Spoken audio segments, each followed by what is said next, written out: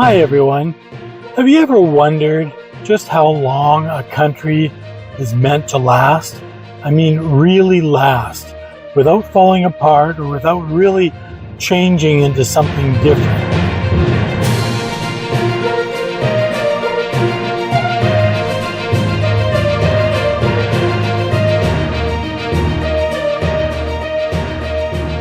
Because if you've been watching the news lately, especially in the United States, it feels like we're on the verge of something changing. And even here in Canada, things don't feel quite as steady as it used to feel. So what's going on? Is this normal, or are we entering a whole new era?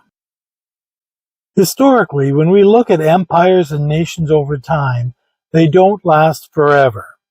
In fact, there's this old essay by a British officer named Sir John Glubb. He studied the rise and fall of empires, and he found they usually last 250 years. That's the average. Some lasted longer, some were shorter. He looked at the Assyrian Empire, the Roman Republic, the Arab Caliphate, and the Ottoman Empire. And guess what? Most of them made it just about 2.5 centuries before something major shifted, either a collapse, division, or a complete reinvention. Now, I know Canada and the United States are not really defined as empires. I mean, we don't have an emperor, so to speak, but there is an argument that with the United States, most notably, Donald Trump at this stage of the game could be seen in that light. So where does that leave the United States? Well, the United States declared independence in 1776, which puts it right now at about 250 years, 249 years in 2025. Right on schedule, right?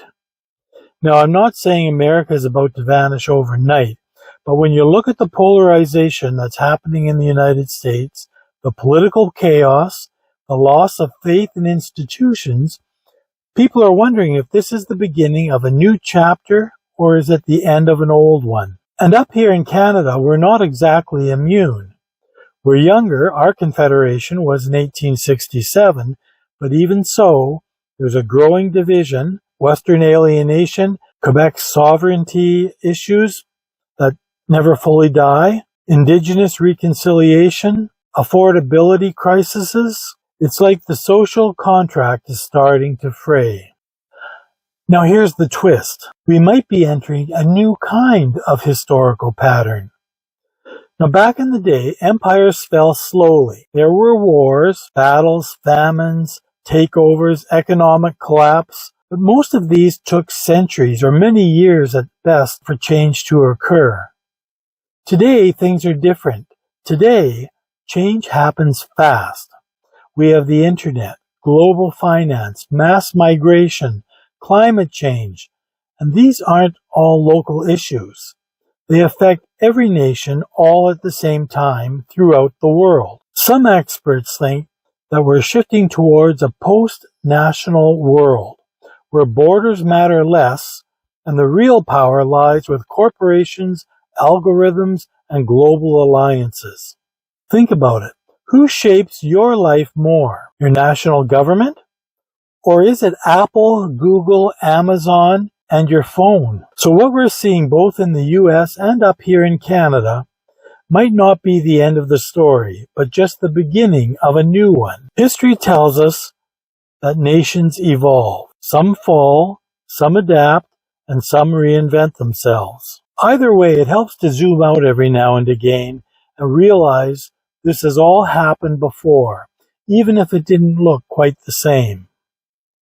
Now, I'd love to hear what you think on this topic. Do you think we're watching history repeat itself, or are we entering a new territory? Drop a comment, hit subscribe, and let me know in the comments below what you think of this new normal. And thanks for watching Retirement Insights with Doug Rogers. We'll see you again soon. Bye now.